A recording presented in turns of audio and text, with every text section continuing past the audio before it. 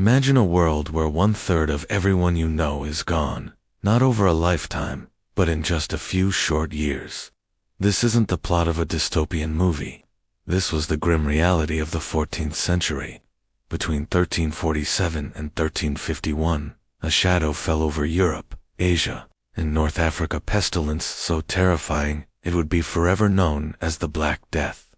This single event didn't just kill millions, it shattered an entire social order, tore down a centuries-old system, and unexpectedly paved the way for the modern world. How could a microscopic bacterium topple the mighty structure of feudalism? Let's find out. Our story begins not in the fields of France or the cities of Italy, but far to the east, in the arid plains of Central Asia. Here, the bacterium Yersinia pestis had lived for centuries, primarily in populations of rodents, like marmots. For a long time, it was a localized problem, but in the early 14th century, something changed. Climate shifts and ecological pressures may have forced these infected rodents closer to human settlements. And from there, it found the perfect vehicle to spread across the known world, the Silk Road.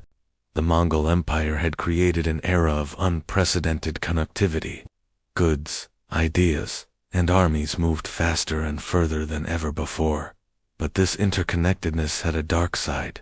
Fleas, carrying the deadly bacteria, hitched a ride on the black rats that infested merchant caravans and ships.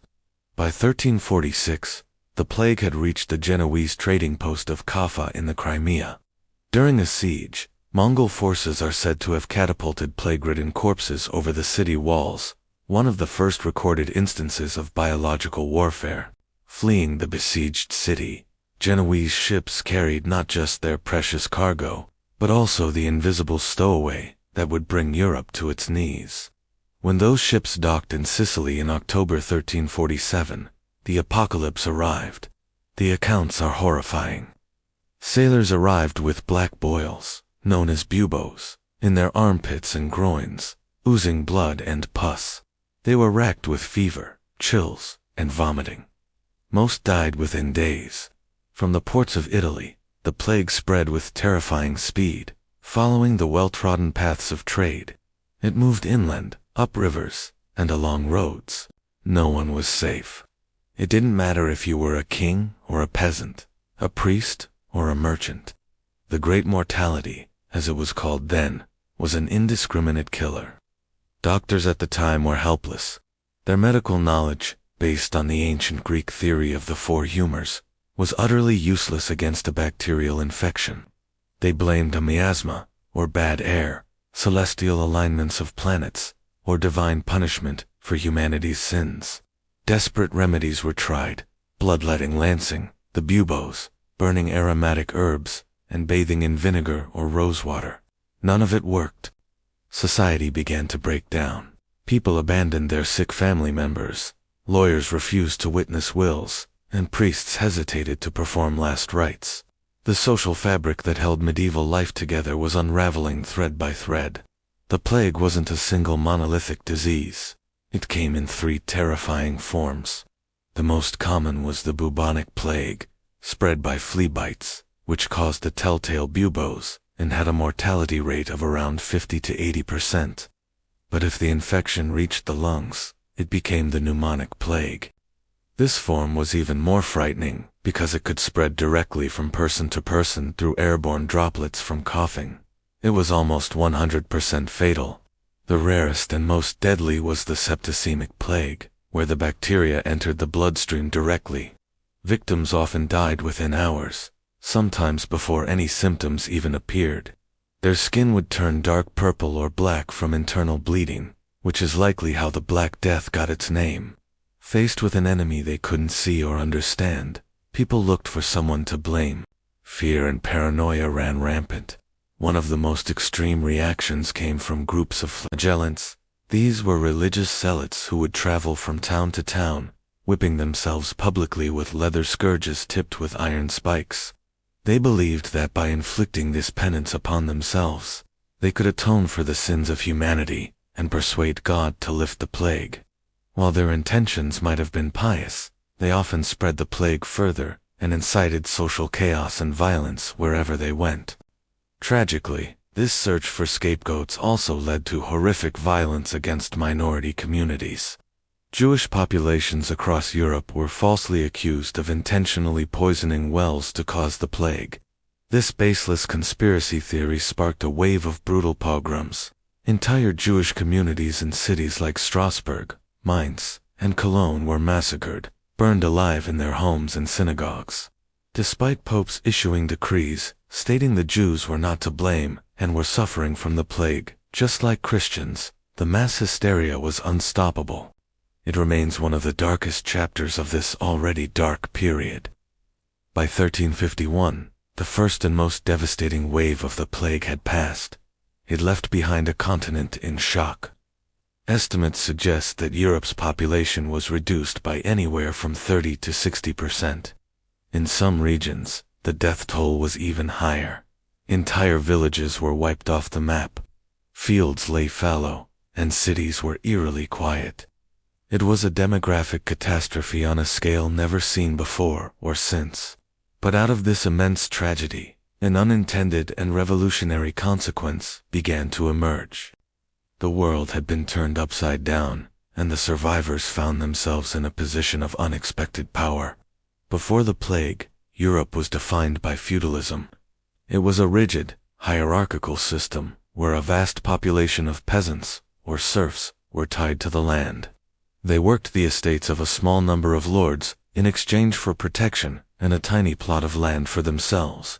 They had few rights, no social mobility, and were essentially the property of their lord. Their labor was cheap and plentiful. But the Black Death changed the fundamental equation of supply and demand. Suddenly labor wasn't plentiful anymore.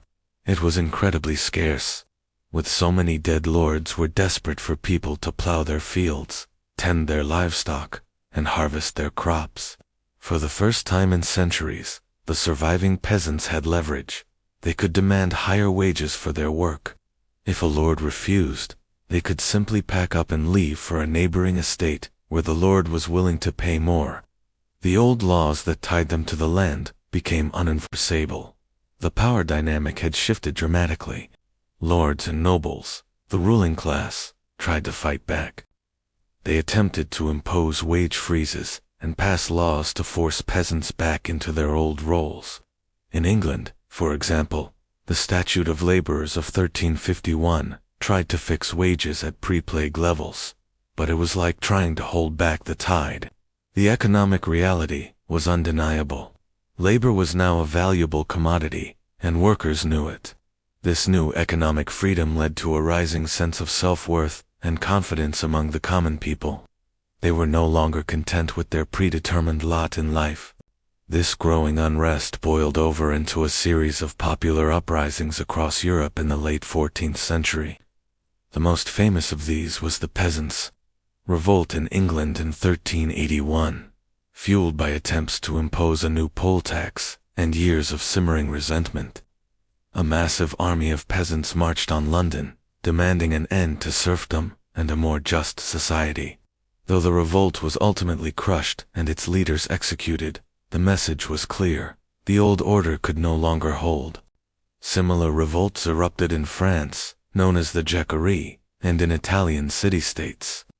The foundations of feudalism were cracking under the pressure. Over the next century, the system continued to erode. Lords found it more profitable to rent out their land to tenant farmers, rather than try to manage vast estates with expensive labor. This created a new class of independent farmers, the yeomen, who were no longer beholden to a feudal lord. Serfdom, for all practical purposes, withered away in much of Western Europe. The rigid social hierarchy of the Middle Ages, with its three estates of those who pray, those who fight, and those who work, began to dissolve. A more complex and dynamic society started to take its place, one with a growing middle class of merchants, artisans, and independent farmers. The economic and social shifts, triggered by the Black Death, also played a crucial role in setting the stage for the Renaissance. The massive loss of life concentrated wealth in the hands of the survivors. People inherited property and money from deceased relatives, leading to an increase in per capita wealth. This new wealth, combined with a greater sense of individualism and a questioning of old certainties, created a fertile environment for a cultural rebirth. Patrons had more money to invest in art and architecture, and a new worldview began to emerge, one that was more secular, humanistic, and focused on the potential of the individual.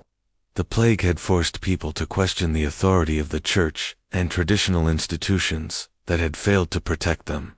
This skepticism helped fuel the intellectual curiosity and artistic innovation that defined the Renaissance.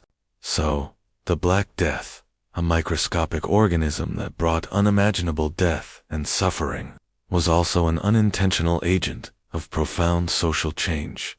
It acted as a grim, but powerful, catalyst that accelerated the end of the medieval world.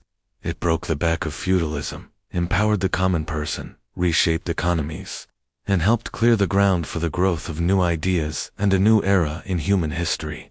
It's a stark reminder that history is often shaped not just by great leaders and grand battles, but also by invisible forces that can completely reorder the world in ways no one could have ever predicted. Thank you so much for joining us on this deep dive into one of history's most pivotal moments. If you find this kind of history fascinating, please consider subscribing to Historical Figures and Moments and hitting that notification bell. We're also a volunteer-run channel and are always looking for passionate history lovers to help with research and content creation. You can find more information on our channel's About page. We'll see you in the next video.